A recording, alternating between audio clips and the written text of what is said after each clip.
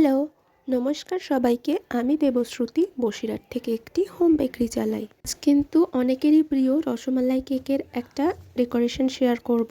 আর এই রসমালাই কেকে আমি কিন্তু দোকান থেকে কেনা রসমালাইটা ইউজ করিনি, বাড়িতে বানানো রসমালাই ইউজ করে থাকি। তো এটা ছিল একটা সেমি ফন্ডেন্ট অন্নপ্রাশন থিমের ওপরে 2 pound cake. Fondant work and rasmalai filling থাকার কারণে এটার ওয়েট কিন্তু 2 পাউন্ডের থেকে আরও বেশি হয়ে গিয়েছিল। এই যে একটা কেক বানাতে গিয়ে কিন্তু 5 থেকে 7 বার, আবার কখনো কখনো তার থেকেও বেশিবার আমরা হাত ধুয়ে থাকি। তাই যারা বলো যে আমরা গ্লাভস কেন ইউজ করি না হোম বেকারসরা, তাদের উদ্দেশ্যে বলতে চাই, আমরা যেহেতু হোম বেকারি চালাই, তো বাড়ির খাবার আমরা যেভাবে তৈরি করি বারবার হাত পরিষ্কার রেখে আমরা কিন্তু সেভাবেই কাজ করে থাকি।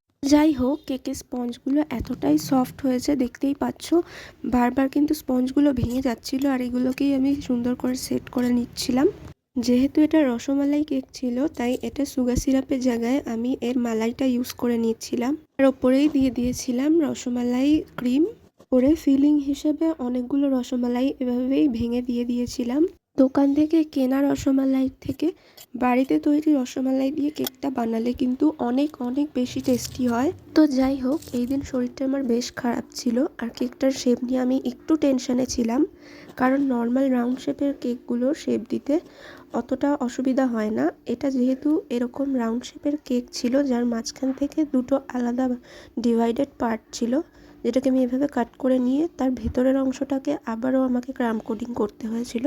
এরপরেই কিন্তু কেকটার যে দুটো পার্ট ছিল এর ভিতরটায় ক্রাম কোটিং করে দিয়েছিলাম, আর বাইরের দিকটায় সুন্দর করে আবারও ক্রিম দিয়ে ফিনিশিং কমপ্লিট করে নিয়েছিলাম। এরপরেই আমি ইউজ করেছিলাম 1M নোজেল। যেহেতু এটা বেবি বয়ের অন্নপ্রাশন ছিল, তাই আমি এখানে লাইট স্কাই কালারের ডিজাইনগুলো করে নিয়েছিলাম, শুধুমাত্র ওপরের আর নিচের এজেসগুলোয়। অন্নপ্রাশন থিমের এই ফন্ডেন্ট ওয়ার্কগুলো আর ফটো টপার্সগুলো আগের দিন রাত্রেই রেডি করা ছিল। ডেলিভারি দিতে যাওয়ার কিছুক্ষণ আগেই আমি এই ফন্টেন ওয়ার্কগুলো সেট করে নিয়েছিলাম। তো এভাবেই আমি রসমালাইটাও হোমমেড দিয়েছিলাম। যেহেতু হোমমেড কেক, আমি যতটা সম্ভব চেষ্টা করি জিনিসগুলো হোমমেড দেওয়ার। তো আজ এই কেকের ডেকোরেশনটা কেমন লেগেছে তোমাদের কমেন্ট করে জানিও। আর যে কোনো occasion purpose homemade fresh cake order করতে আমার স্ক্রিনে দেওয়া নাম্বারে কল অথবা হোয়াটসঅ্যাপ করে নিতে পারো। আমি বসিরহাট এবং তার সংলগ্ন এলাকায় হোম ডেলিভারি করে থাকি।